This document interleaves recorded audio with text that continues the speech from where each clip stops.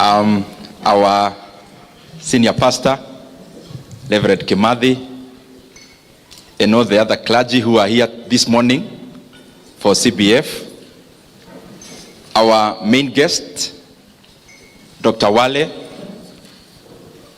my brother, our MP for Nyeri Town, Mheshimiwa DMM, and of course Mrs. Maina, the organizers of this very well-organized event, led by my brother Ken Kiora, and all the other organizers who some I have met actually in my office earlier, and all the participants of this forum, this breakfast, and this two-day conference. Good morning. Habari yenu? Muriega? Asante sana. I am very pleased to come here this morning, and especially as a businessman more than a politician, because we are here to share about business, entrepreneurship, creating value. I am sure there are other forums for the other hat that I wear in terms of politics. And I am at home completely, because I keep saying that anytime I am reading or interacting in any issue around investments, about business, about entrepreneurship, I feel like I am in holiday. So this morning I have come for holiday here in Nyeri, because talking about money is not something very bad. It is something good. And I want to laud the church, Citam, for giving us this opportunity as business people, because it is one of the avenues God can bless many of us as Christians. And you know, many of us from Mashinani who were brought up in the village, in a Spartan life, conservative life, I'm an Anglican. To some extent, we may think that talking about money is going off. But I'm glad that every now and then we keep being reminded that even when you read about the Old Testament, God could bless his people even with great wealth, and it is recorded. And therefore, business is one of the ways that God can choose to bless us, and that is our domain this morning.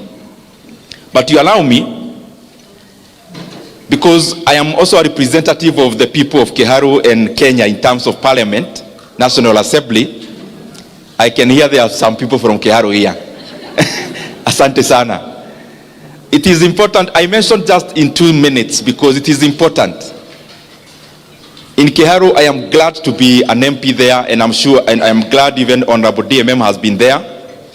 Kiora has been there. And I talk about this because when any part of Kenya develops, then Kenya is developing. When any part of Kenya decelerates, then also Kenya is going backwards. So in Kiharu, through NGCDF of Kiharu, it's a very large constituency. Actually, in terms of land mass, it could be only second from Kieni. We have around 112 public primary schools. 112 public primary schools.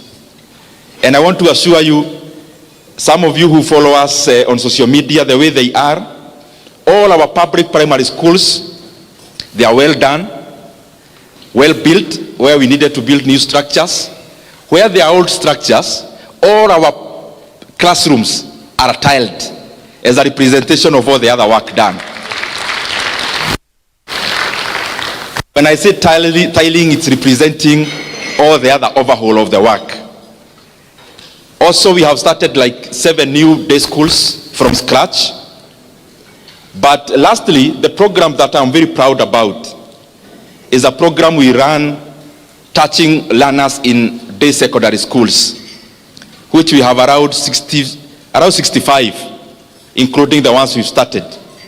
And we have around 12,500 learners in those day schools in Kiharu. In Kiharu, what we've done is to do what is called backward aggregation. So we have consolidated the amount of budgets our day schools run, and then we try to work out a modality of lessening the burden for learners. So this is the outcome.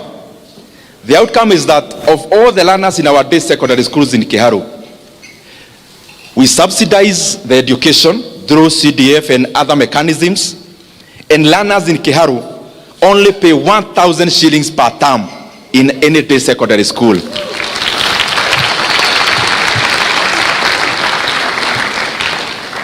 And where there is remedial teaching, because we would also encourage that, we don't actually permit in excess of 1,000 in the schools where there is remedial.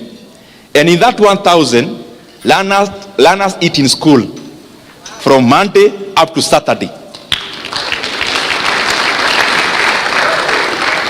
And they don't eat together every day. We alternate, some rice, some this, some that, some that. And in the last Friday of the month in Kiharu, all day schools, the last Friday of the month, they actually eat chapati for lunch.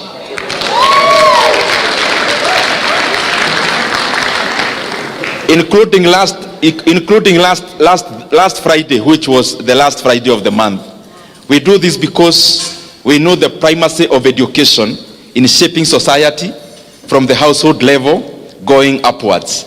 We have also invested over 20 million shillings in buying of revision books for those day schools. We are building laboratories. We are building halls in terms of deepening knowledge and education. I have mentioned that because it is important.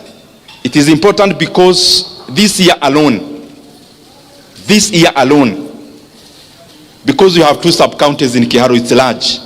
We have over 2,000 students who have come from other areas in Kenya to live with their relatives so that they school in our day schools. And I'm very proud about that. Because we don't ask for ID ya mzazi. Ati tuonyeshe mzazi ni wa hapa, anapiga kura hapa. Once you join our day secondary school, what you are looking for is knowledge. You will become a voter later. Our business now is education, not about where the parent votes. Let me come back now to the meeting.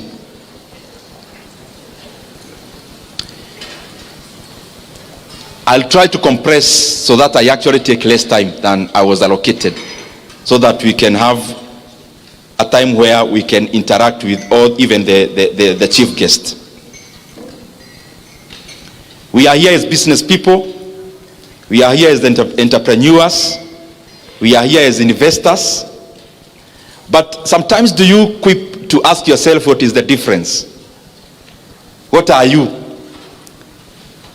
Because there must be a reason why in the dictionary there is a different word for being a businessman, for being an entrepreneur, for being an investor. Because if it meant the same, then it will be one word or one definition. So this morning,